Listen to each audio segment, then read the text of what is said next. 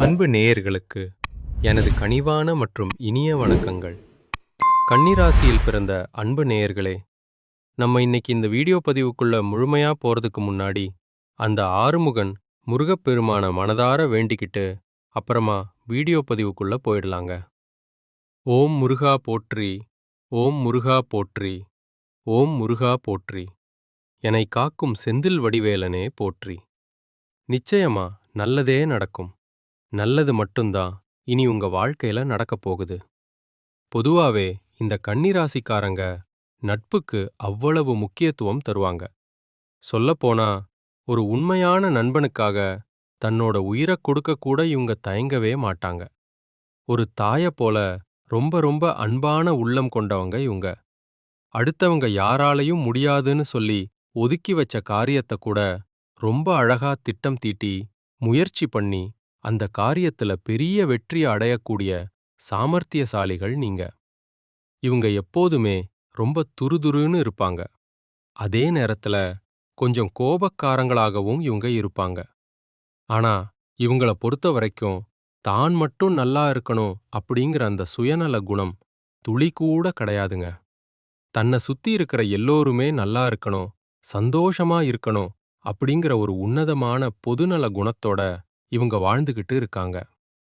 இவ்வளவு அருமையான நற்குணங்களைக் கொண்ட கன்னிராசிக்கார அன்பர்களே, எல்லாரும் ஆரோக்கியமா இருக்கிறீங்களா? என்னம்மா நீங்க வேற எங்களை பார்த்து இப்படி ஒரு கேள்வியை கேட்குறீங்களே? எங்களை பார்த்தா ஆரோக்கியமா இருக்கிற மாதிரியா தெரியுது. நாங்களே ஒவ்வொரு நாளும் ஏதோ ஒரு கவலையை சுமந்துக்கிட்டு கஷ்டப்பட்டு வாழ்ந்துக்கிட்டு இருக்கோம் அப்படின்னு உங்க மனசுக்குள்ள நீங்க நினைக்கிறது எனக்கு தெளிவா புரியுதுங்க. கன்னிராசிக்காரர்களே, உங்க வாழ்க்கையில இதுவரைக்கும் இருந்த அந்த துன்பமான சூழ்நிலை இனி வரக்கூடிய காலங்கள்ல காணல் நீரா அப்படியே மறைஞ்சு போக போகுது. உங்க வாழ்க்கையே ஒரு சொர்க்க வாழ்க்கையா மாறப்போகுது.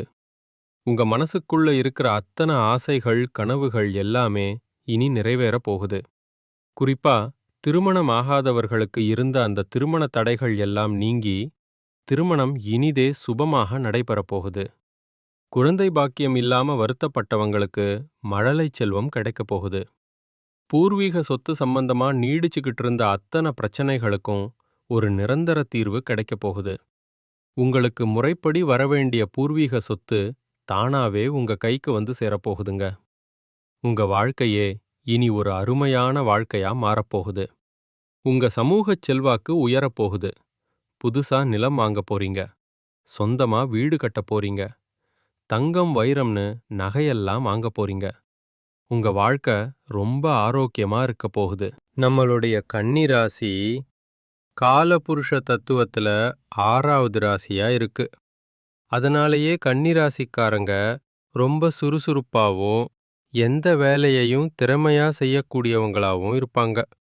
ஒரு வேலையை வேகமாகவும் அதே சமயம் மிகச் சிறப்பாகவும் செய்யணுங்கிற எண்ணம் இவங்களுக்கு அதிகமா இருக்கும். இவங்க ஒருத்தரை முதலா பார்த்த உடனேயே அவங்கள கவரக்கூடிய அந்த வசீகர குணம் கொண்டவங்க. சுக்கிரன் இப்போ 9ஆம் வீட்டு அதிபதி. 9ஆம் இடம் அப்படிங்கிறது தலைமை பண்பையும் அதிர்ஷ்டத்தையும் குறிக்கக்கூடிய இடம்.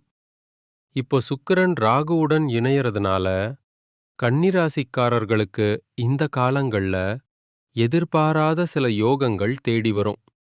ராகு ஒரு பாவகிரகம் அப்படின்னாலும் அது சதய நட்சத்திரத்துல செல்றதுனால கெட்டது கூட இனி உங்களுக்கு நல்லதா மாறும்.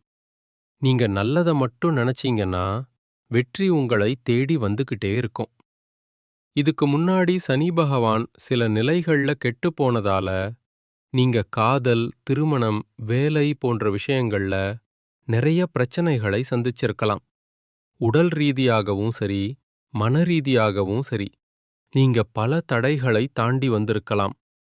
ஆனா இனி வேலை வாய்ப்புகள் உங்களுக்கு ரொம்ப சிறப்பா அமையப்போகுது. குறிப்பா வெளிநாட்டில வேலை செய்யறவங்களுக்கு அங்க நல்ல மாற்றங்கள் ஏற்படும்.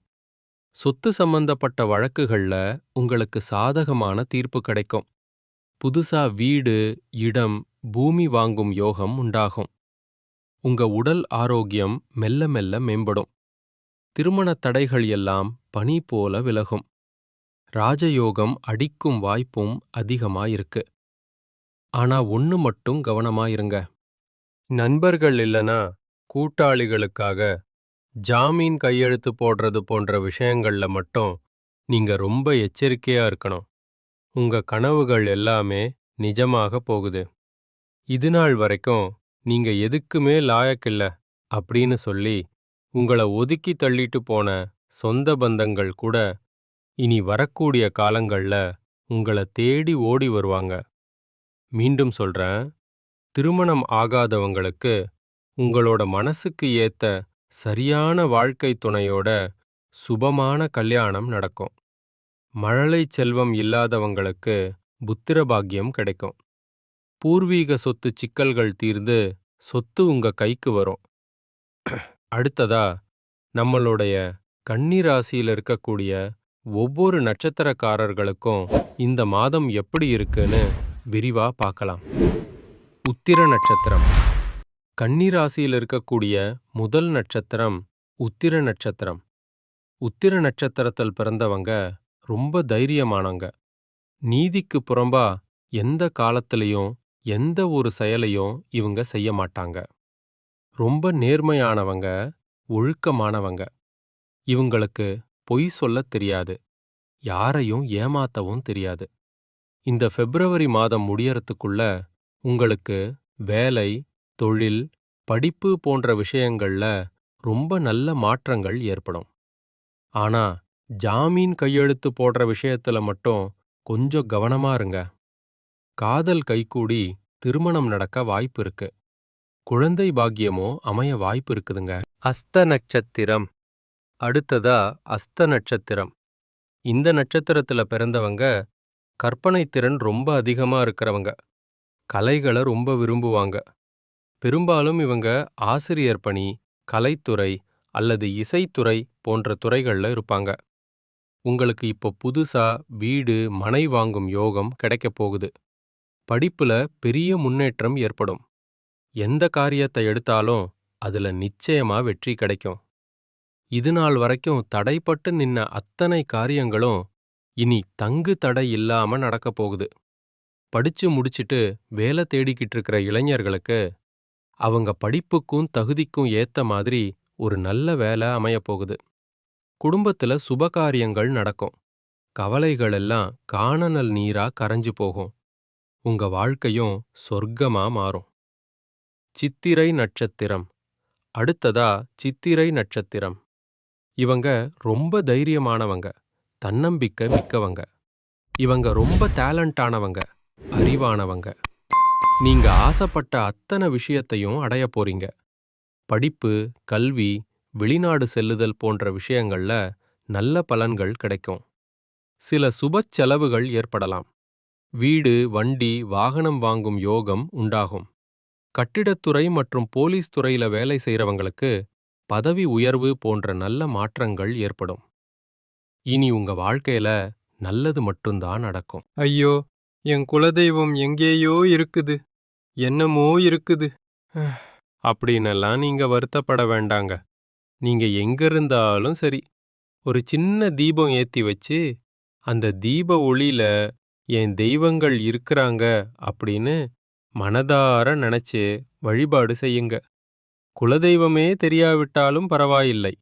ஏதாவது ஒரு நல்ல நாள்ல உங்க குலதெய்வத்தை நினைச்சு வீட்ல விளக்கேற்றி வழிபடுங்க. குலதெய்வ வழிபாடு உங்க குலத்தையே காக்கும். உங்க வம்சம் தழைக்கும். முதல்ல குலதெய்வம், அப்புறம் இஷ்ட தெய்வம். எந்த கோயிலுக்கு போனாலும் விடிவு காலம் வரலையேன்னு சொல்றவங்க தினமுமே காலையில எழுந்த உடனே சூரிய பகவானை நமஸ்காரம் பண்ணுங்க. அவரோட அனுக்கிரகம் இருந்தா போதும். மத்த கிரகங்கள் சாதகமா இல்லனா கூட அந்த சூரியனோட பிரகாசம் உங்க வாழ்க்கையவே வெளிச்சமா மாத்திருங்க. உங்க கண்ணீரெல்லாம் கரைஞ்சு போயிரும். ராகு சுக்கிரன் சேர்க்கையால உங்க அழகும் வசீகரமும் கூடும். முகத்தில ஒரு தனி ஈர்ப்பு உண்டாகும். எதிர்பாலினத்தவரை ஈர்க்கும் சக்தி அதிகரிக்கும்.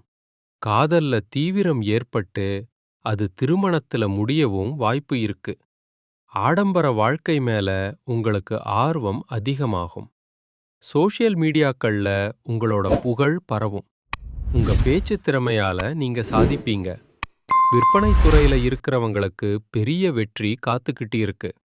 பணத்தை ஈர்க்கும் சக்தி உங்களுக்கு தானாவே வரும். இணையம் மூலமா உங்களுக்கு நல்ல வருமானம் கிடைக்கப் போகுது.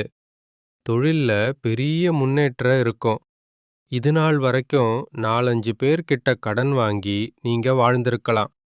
ஆனா இனி வரக்கூடிய காலங்கள்ல நீங்க 4-5 பேருக்கு கடன் கொடுக்கக்கூடிய அளவுக்கு பெரிய செல்வந்தரா மாறப் போறீங்க. ஏதோ இந்த பூமியில பிறந்துட்டோம், வாழ்ந்துதான் ஆகணும் அப்படின்னு ஒவ்வொரு நாளும் கண்ணீர் சிந்தி துன்பப்பட வேண்டிய அவசியம் இனி உங்களுக்கு இல்லங்க.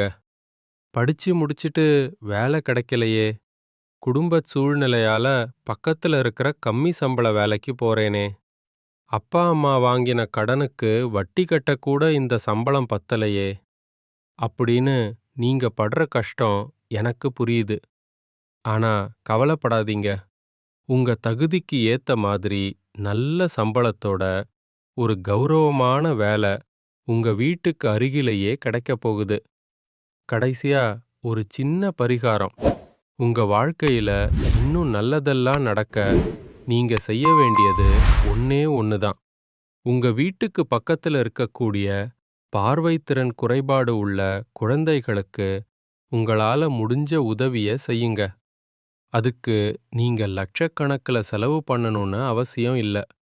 ஒரு பேனா அல்லது ஒரு பென்சில் வாங்கி கொடுத்தா கூட போதும். இந்த எளிய உதவிய செய்யறது மூலமா உங்க கர்ம வினைகள் குறைஞ்சு உங்க வாழ்க்கையே ஒரு சொர்க்கமா மாறும். நிச்சயமா நல்லதே நடக்கும். நல்லது மட்டும்தான் நடக்கும். நன்றி. வணக்கம்.